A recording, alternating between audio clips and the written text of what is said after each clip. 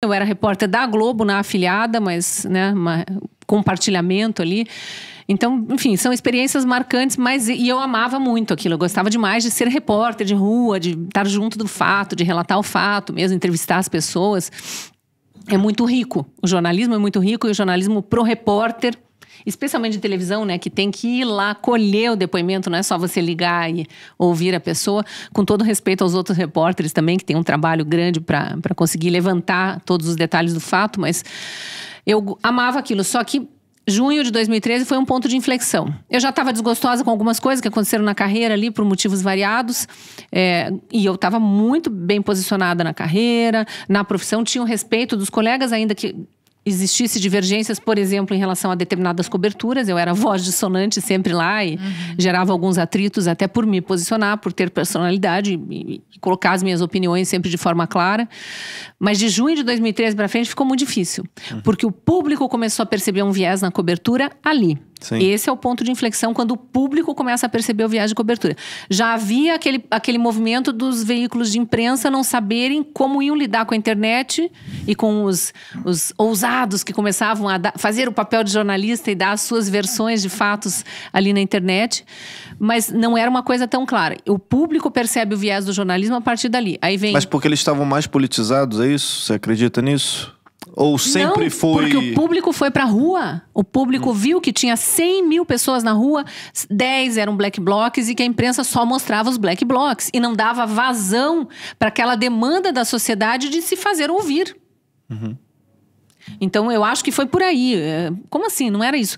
Aí, depois, eu participei aqui em São Paulo, logo depois que a Dilma foi eleita no segundo turno, que foi uma coisa bizarra, muito questionada. A PSDB entrou na justiça, contratou a auditoria da Polícia Federal, que, conclusão do relatório, não se pode auditar o sistema eleitoral brasileiro. É inauditável o sistema eleitoral brasileiro. Fora o abuso econômico. Abuso econômico e tudo mais, que depois o Palocci revelou na delação premiada da Lava Jato. E eu em Curitiba, né? Lava Jato acontecendo lá. Então, vendo tudo aquilo acontecer ali, todos aqueles empreiteiros chegando presos, as delações dos empresários, as mulheres indo visitar os empreiteiros com bolsa de marca, com chocolate suíço na bolsa, debochando dos jornalistas ali na frente.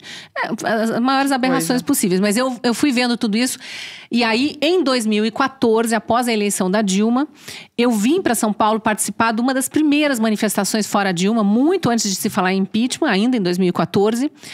Foi a primeira manifestação, ela lotou umas 3 quadras aqui da Paulista, e na Folha de São Paulo, no dia seguinte, saiu 500 manifestantes pedem intervenção militar. 500 manifestantes em São Paulo pedem intervenção militar. Nossa Senhora. E aí eu fiz o trabalho de uma testemunha ocular.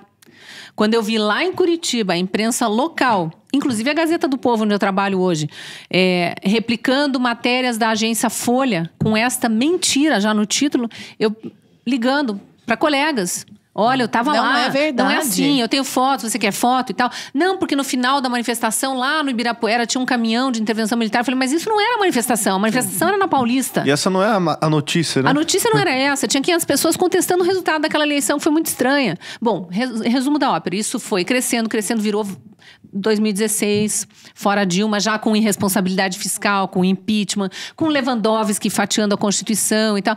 Eu falei, não vou ficar nisso aí. Eu saí mesmo do jornalismo um pouco antes do impeachment da Dilma. Eu ainda durei 3 anos ali, mas assim, brigando com os meus monstros internos. Pareceram, né? 300. E eu pedi para sair, literalmente, porque era uma época de uma recessão econômica tamanha que, como nunca antes na história desse país, na empresa onde eu trabalhava, se demitia de 10 a 15 pessoas por mês.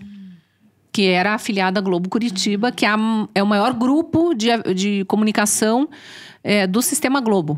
Sempre foi, quer dizer, teve um período lá que brigava com a RBS do Rio Grande do Sul, mas durante já há muito tempo que a RPC, que é a Rede Paranaense de Comunicação, são 8 afiliadas, é a mais forte das afiliadas Globo no país. Só perde para a cabeça de rede Rio, São Paulo, Brasília, Minas e Recife, que são TV Globo. E eu pedi para sair. Eu falei, já que estão demitindo todo mês, não dá mais. Porque, assim, eu já tinha trabalhado, acumulado função de pauta, de edição em outros momentos, apresentação, mas eu gostava de reportagem. Sim. E na reportagem não dava mais.